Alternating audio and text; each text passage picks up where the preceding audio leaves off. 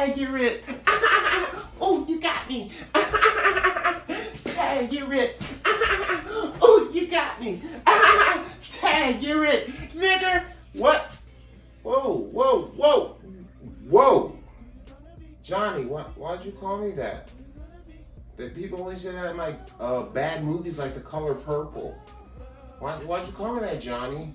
He's like, no, I saw a movie the other day, and when he got mad, he like a black guy get in trouble, he called him a nigger. So I thought that's what you guys are, nigger. It makes my teeth white. Nigger. I'm like, whoa, Johnny. I don't know what that means, but my mommy said it's not good. And wait a minute, wait. What is this whole black thing? A black? What's black? He's like, you see your skin? I'm like, yeah, I see my skin. I thought it was because I didn't wash enough. No, he's like, no, you're black. You're like from Africa. You're not from here. You're not American like us. I'm not American like you? Huh. Yeah. So, yeah. You guys just got a little insight into a future therapist meeting between me and the psychologist I will never hire because I don't talk to no fucking shrinks. I'm from Philly. I don't play that shit.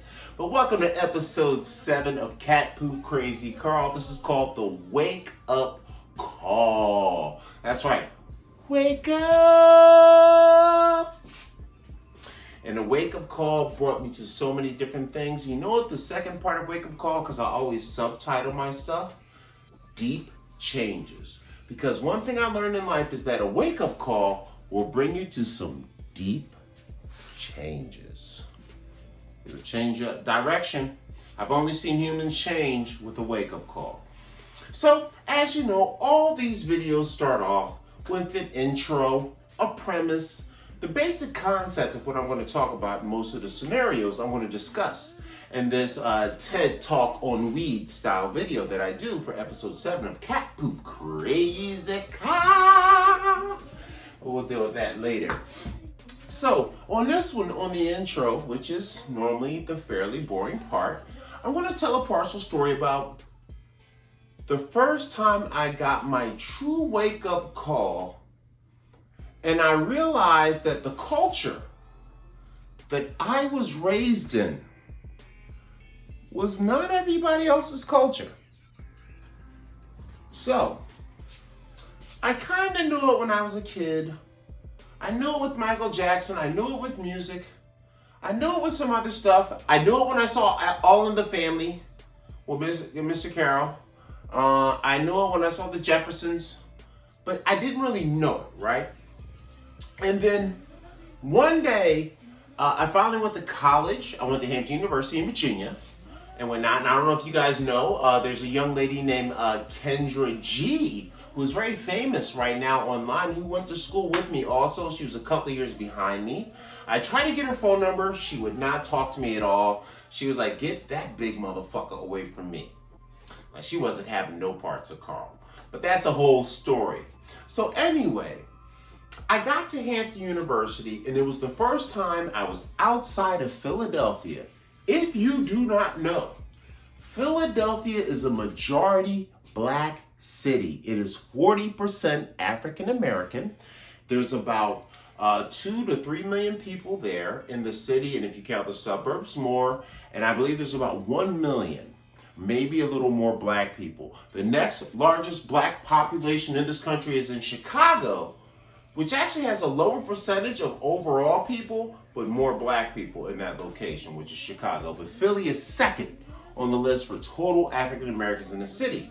So basically, my whole life is black. My mayor was black. My police chief was black. The cops were black. The fire marshal was black. Everybody was black. It made no sense to me how the rest of America was like, oh, the first black something. I'm like, I'm from Philly. We done had the first black everything 7 times. So I had no concept outside of the African American heritage. I was raised in Philadelphia. And I was in America with all the rest of you guys. So I get to Hampton, and I start meeting people from other parts of the country. Now, this was an HBCU, which is a historically black college and university. Some of them are private, some of them are public. Many were created actually by Caucasian gentlemen who took pity on us African American folk. And then some were actually created by African American people directly, either spawning off of a school or starting their own. So I get to the school and I meet all these people from all over the country. From East Coast to West Coast. I mean people from other islands outside the country. Princes that play tennis. I mean everything, right? I used to hang out with a prince for like 4 years. Yes, like an African prince. Like from coming to America. I am Sinke. I'm coming to America to find a wife and play tennis when I go to school with Carl. Yes, I was hanging out with a prince for like 4 years. And I also went to school with DJ Envy from Hot 97's morning show with Charlemagne the God. He's, it says Hampton Institute? Yeah, Hampton University. We was in school together. He's about a year behind me. So he's about a year ahead of that Kendra girl and a year behind me. He was my young boy, but he was older than her. DJ Envy, that light-skinned guy. So yeah, I'm kind of low-key famous based on the people I went to school with. But that's a whole nother scenario. So when I got to this place, I met a bunch of people that were not from majority black cities. I thought that all black people in America are from majority black cities. I know, I'm fucking stupid, right? Dude, we're 13% of the country. How could everybody be from a majority black city? So when I started meeting people that were they were kind of not black. They're like, hey dude, what's going on, bro? What's happening, brother? Oh man, I smoke cigarettes. Oh man, black girls are fat. I don't like that. I was like, what you mean with the big butt? I like big butts. They're like, oh, big butt. Man, nah, man, she's got a big butt. That means she's going to be fat when she gets older. I'm like, what kind of black dudes is these? If the ass ain't fat, I don't want that. That was my motto from Philly, right? So I had my TV shows that I like, Martin, Bill Cosby. Well, I guess I can't say that out loud anymore. All the shows that we used to like. But then the guys I went to school with, they like weird shows like My Wake Up Call, Seinfeld. Now, for 3 or 4 years, I had heard about Seinfeld and how great the show was and how wonderful it was. I tried to watch it before I went to school a couple of times. I was like, I ain't watching this bullshit. The fuck is this? Fucking dorky ass, curly fro motherfuckers. I felt like Kyrie Irving and Kanye West for 10 minutes watching it. But that's a whole nother issue, right?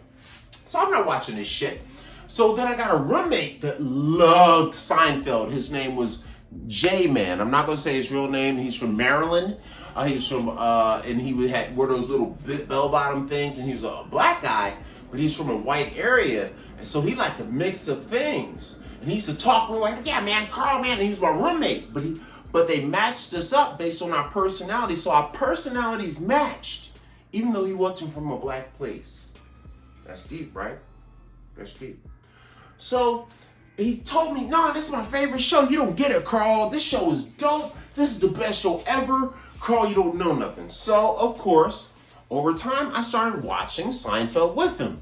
And the first couple of times, same as when I first tried to watch it. What's this shit? What's this corny dude? I don't know what's going on. There was a woman by the car, and I was like, why is the car a car? Because a car has a handle, and handles are funny. And then everybody laughs, and I'm like, okay, this Jerry dude sucks, right? But then, 5 seconds later, here comes my homeboy, Kramer. I'm like, ooh, okay. Oh boy, wow. Let me see what's up with him. And then George, I think George is a sucker. Then I find out that George was the dirtiest dude alive. Now the point of all this is that I ended up loving Seinfeld. And then I realized at that moment, I'm black. And I don't get non-black stuff. That was a wake-up call. And that's what this whole video about, and that's what the premise of this is about. The wake-up calls that I've gotten in life that have made me make dramatic changes, where I believe one thing my whole life. And then by seeing one moment, one picture in time, I realized that everything I knew was bull crap. And it was a dramatic change that had to happen. And that's why we call this episode 7 of Cat Poo Crazy, the wake-up call, deep changes.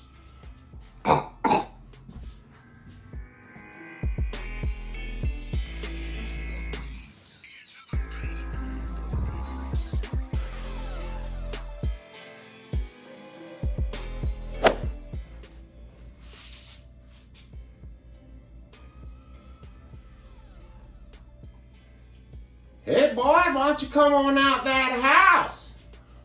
Wait, who, me? Like, yeah, you boy. My wife Priscilla, she said you done whistled at her, boy. You know we don't allow that around here, don't you? Whistle? I'm not even a good whistler. Like, I'm not a good whistler. What do you mean? Look here, boy. Priscilla said you done whistled at her. You gonna come on out here now, and we're gonna need you to give us a performance. A performance?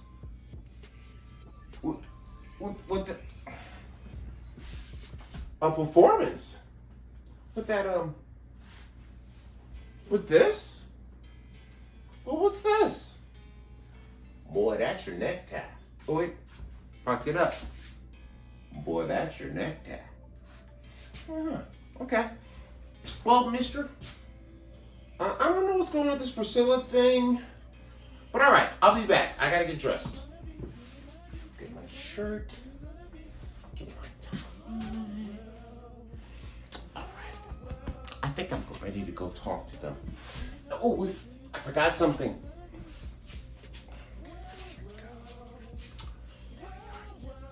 Excellent, right? I'm ready to go, guys. I gotta take it off before I say this. Goddamn, boy, you look beautiful and ready to cook. I'm gonna cut your nuts off for a picnic. Okay. So as you realize, this is the opening segment of episode 7. The wake-up call, deep changes. And we're gonna talk about a wake-up call that I had one day that changed my entire perspective on life. One of these deep changes was, we just went through the C-19 epidemic, where we were home a lot. So of course we're on the internet. A lot of people got to work from home. Just before this, I was on the internet researching some stuff before the Juneteenth situation, because as you know, recently we got Juneteenth as a national holiday, right around the time that the pandemic started. Just happened just before, right? So I was doing research on African American history, and I saw a picture, and I never realized up until I saw this picture how deep this picture was to me, guys. So I saw a picture, and it was of a man in 30 something. It was one of the last recorded lynchings that they had. And there was a bunch of Caucasian brothers sitting around him. Old dudes, they're like, got me one. Whole bunch of them, like 30 of them. And then I looked at the picture of the guy that was about to, right? And I looked at him, and I saw him sitting there, and I saw his face. His face was sad. This some bullshit, dog. He had to do some bullshit face. This some bullshit. The gas face. He had the gas face, right? And I looked at him, and you know what I noticed that I never noticed all this time when I was a young person? The motherfucker was dressed like me right now. Yeah, He had a black tie on, a white shirt, gray pants, and shoes. And this is in like 1930, 1940 something, when he was about to get, yeah. And I thought to myself, I was like, yo, they done shut up to Emmett Till crib talking some crazy stuff about somebody whistling, saying what he did. And this guy either was already dressed like that, or he got dressed before he left his house. And what he put on wasn't a t-shirt and jeans and hoodies, some baggy clothes. He put on a shirt and tie. And I thought about all the years I complained about wearing nice clothes. Oh, it's uncomfortable. And I said, this motherfucker is about to get a real necktie. And I'm sitting here complaining about this. And that day, 2 years ago, you know when I decided, I'm 50 years old. You see the gray. I know I'm beautiful. I got a bald spot. See? I'm old, right? And I decided never again will I ever leave the house if I can choose. So wear anything less than a shirt, a tie, a collared shirt, and I'm gonna look business and representative. Because if a man can do what he was about to do and still come out jiggy like, motherfucking shit, I know I'm about to get strung up, but I gotta get me some bitches first. Like, what the fuck that? I know the white man about to hang a brother. But you know, shit, I got to look good for these hoes. I'm gonna knock these bitches down. Hey, shorty, brother over there, like, hey girl, what's your name, girl? What's your name, girl? Yeah, no, don't pay attention to this. Don't pay attention to this. This ain't nothing. I'm gonna be good tomorrow. What's your phone number? Cause I'm looking fly, right? Yeah. Now, I don't know if that was funny. I don't know if that was sensible, but I'm going to tell you something. Dress nice. No matter what the reason. Because today could be the last. Captain Crazy Carl.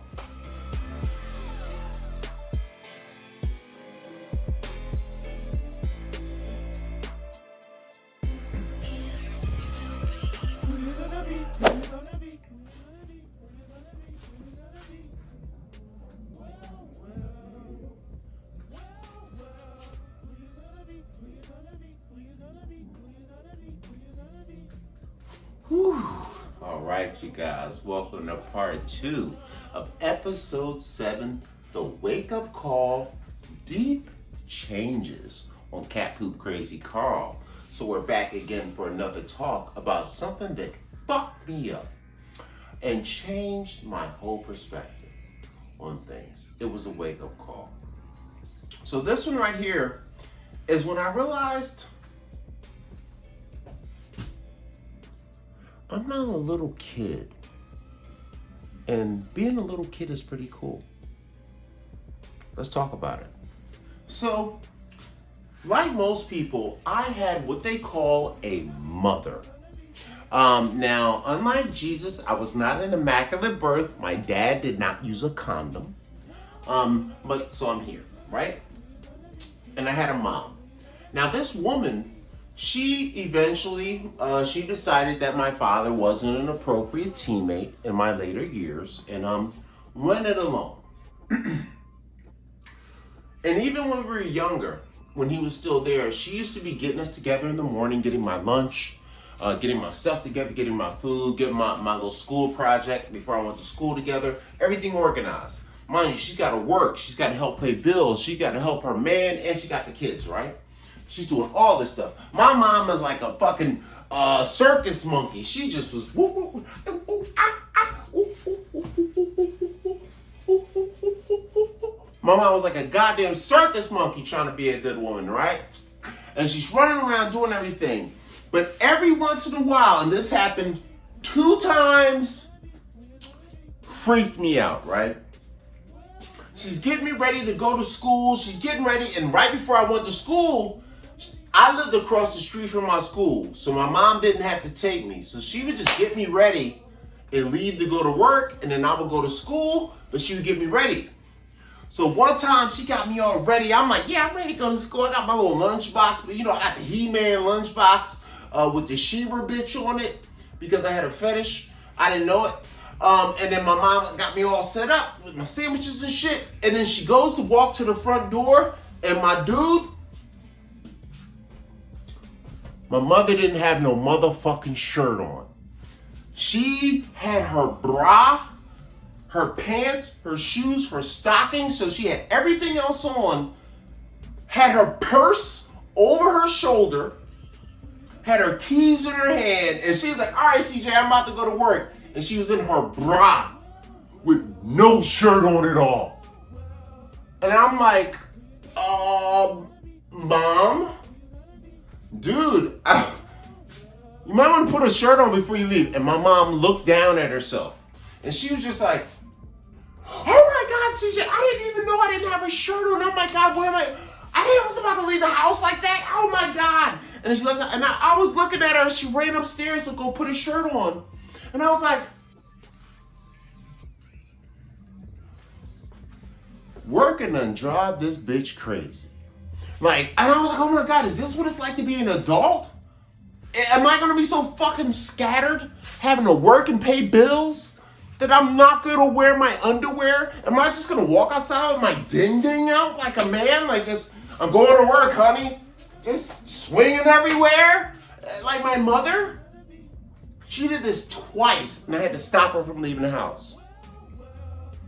That shit was a wake-up call. And I made some serious, deep changes. I'm talking more therapy. I need to see like several doctors over this shit. I need to talk to like people that I paid $300 an hour to tell me that I did not masturbate enough as a child. So, it was crazy, right? Crazy.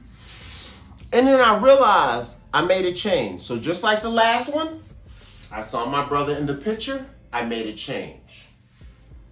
This one right here, I made another change. I decided that for the rest of my life, I will never, ever leave my house without checking myself to make sure my brain is intact. And that is part 2 of episode 7, where we get it down at the wake-up call, deep changes. What's the Tupac song? Changes. I was going to thing. Okay. I'm terrible at the Tupac Changes song.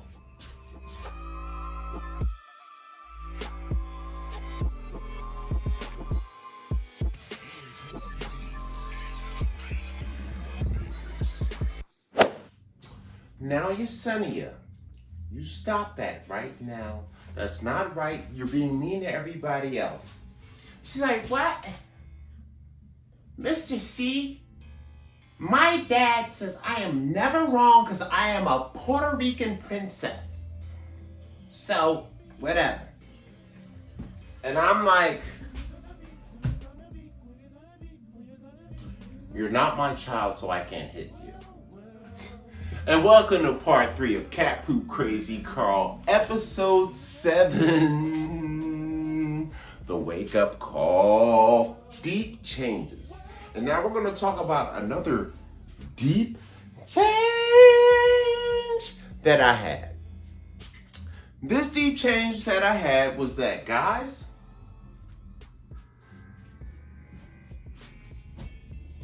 I don't like your children. Yeah. I don't have my own yet. I think I'm going to like my own kids.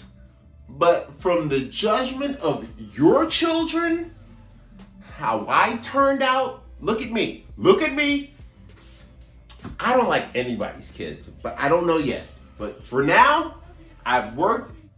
I don't like kids. And I'm going to tell you how I know I don't like your kids. Look, punk motherfuckers. I used to work in schools for 4 years. I was in a program called the National School and Community Corps. This was a project of AmeriCorps by Bill Clinton, where I worked in schools.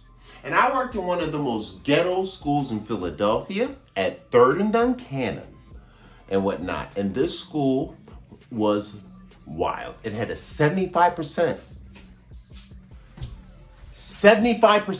welfare rate. I had kids that came to school in dirty shirts. And the funny thing was, they were my favorite kids. The kids that came in the clean shirts like Yesenia's bitch ass. I'm a Puerto Rican princess. Shut the fuck up, Yesenia. Shut the fuck up, Yesenia. Your dad's an asshole. That's what he is, right? You're not a Puerto Rican princess. Your dad's an asshole. That's what that is. But it gave me a realization that I don't like other people's kids. And it changed like my whole perspective. I was having a lot of careless sexual intercourse, not always using a condom, relying on the pull-out game like I'm Jesus, telling women stuff like, oh, Jesus saves, he doesn't withdraw. Like, she's like, what does that mean? It means I don't want to use a condom. That's what that means. Okay, anyway, so I was like, yo, after I met these kids, I was like, no. I went out and bought me 10 packs of Magnums. That was 12 years ago. I still have 3 of them left. Now, I ain't opened them yet, so this is probably dry rot like a motherfucker. But the point is, I hate your fucking kids. And I'm scared to have my own because I don't want them to be stupid like yours. I'm just saying, they're bad. It's not because they didn't mean it. They're really beautiful children. But in the end, nobody likes them. And that's the reason why I decided to make a change, because I had a wake up moment. Make sure you choose your mate well, you're on top of your kids daily, and that you make sure that they don't turn out like you. Because we're fucked up. And that's part 3 of episode 7, the wake up call, deep changes. Fuck your kids. Well, who you gonna be? Who you gonna be? Who you gonna be? Who you gonna be? Who you gonna be? Well.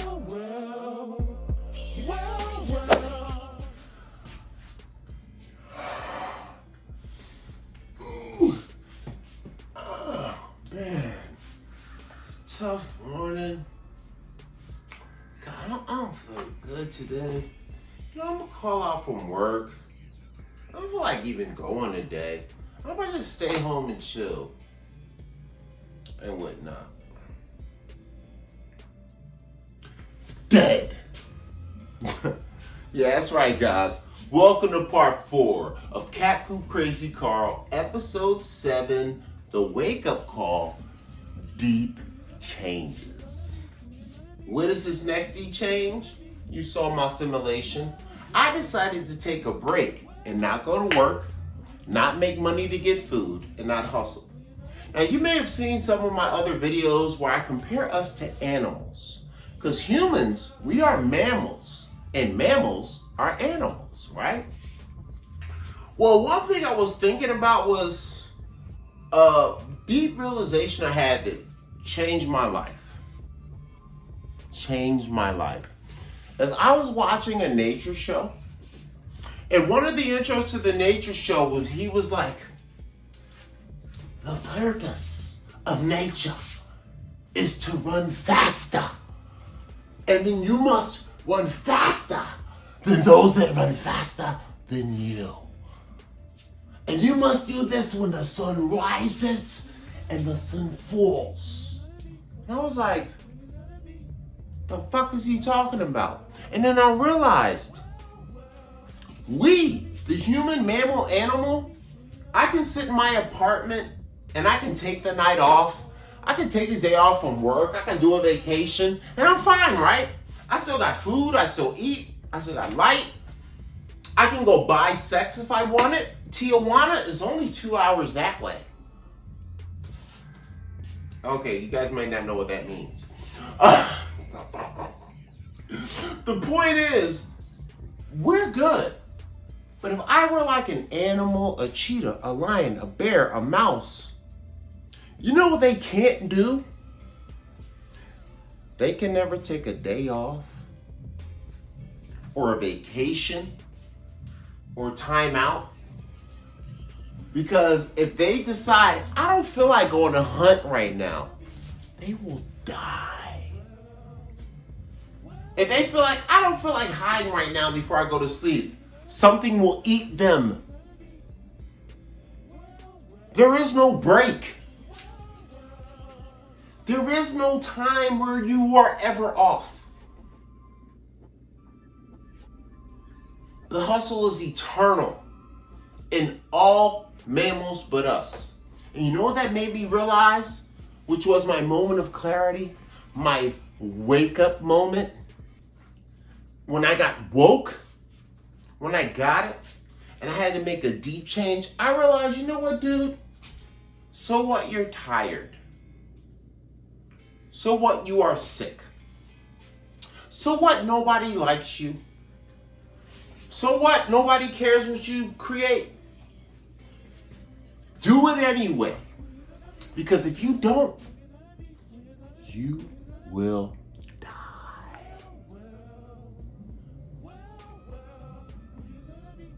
Is eternal life the continuance of productivity? And that's a wake-up call and a deep change. Don't you guys ever stop. Capu Crazy Carl, we got one more, you punk bitches. Let's get it in.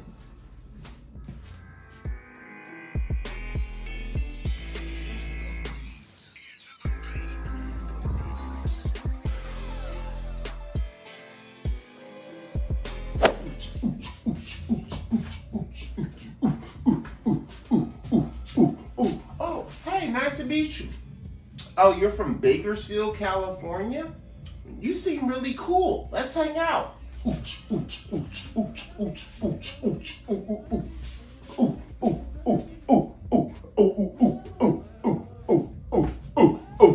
Wait, all right. Oh man, let me call that person from Bakersfield.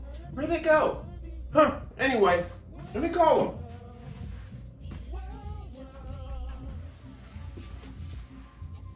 Where's my cell phone?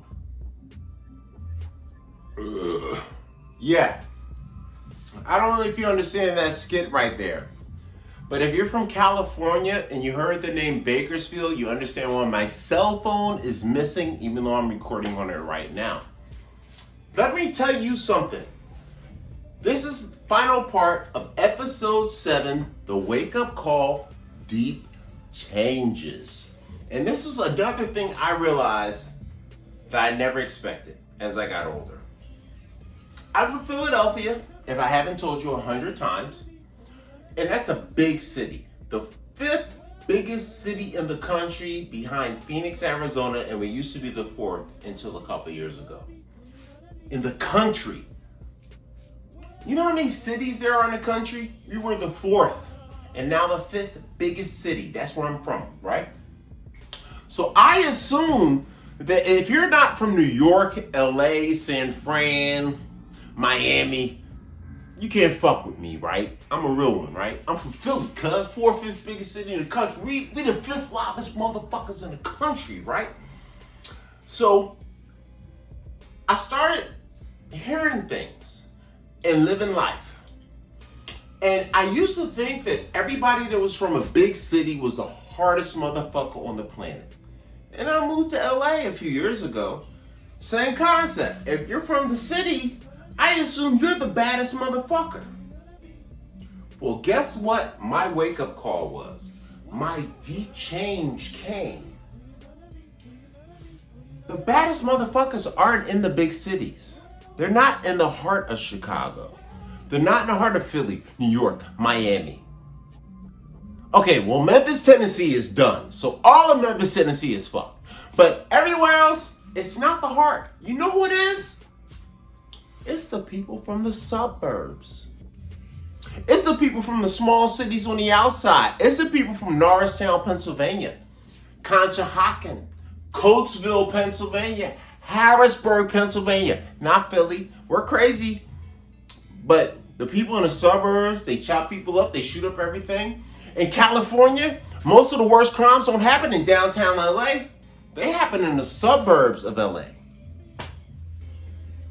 The dirtiest people I've ever met are from Bakersfield, which is 2 hours from Los Angeles, and there's a train stop and 3 pregnant white women in the whole city.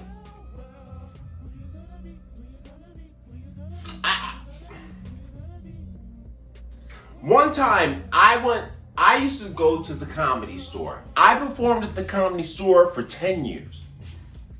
And one time, this fine-ass, big booty white lady comes to the show. Oh, she was so cool and sweet. And then I was kicking it with them and I left my phone outside. Her friend didn't know it was my phone and stole it by mistake. I even asked him about it. I called him. My homeboys in Philly, they used to leave Philadelphia to go to the suburbs like Pottstown. And they used to sell drogas to people. And they were the biggest gangster there. And I realized that as thuggish as I thought I was, I had to make a deep change. So now, even though I'm gangster in the city and I'm on point, I'm on my square. What's that? What's that? What's that? What's that? What's that? Back up off me, right? But when I'm in the suburbs, I'm trying not to die. And that's the last part of Capu Crazy Carl, episode 7, the wake-up call, deep changes. Let's knock it out. Holla at your motherfucking boy. Shoot your mama in the leg for love. And kiss your babies before they go to sleep. We out.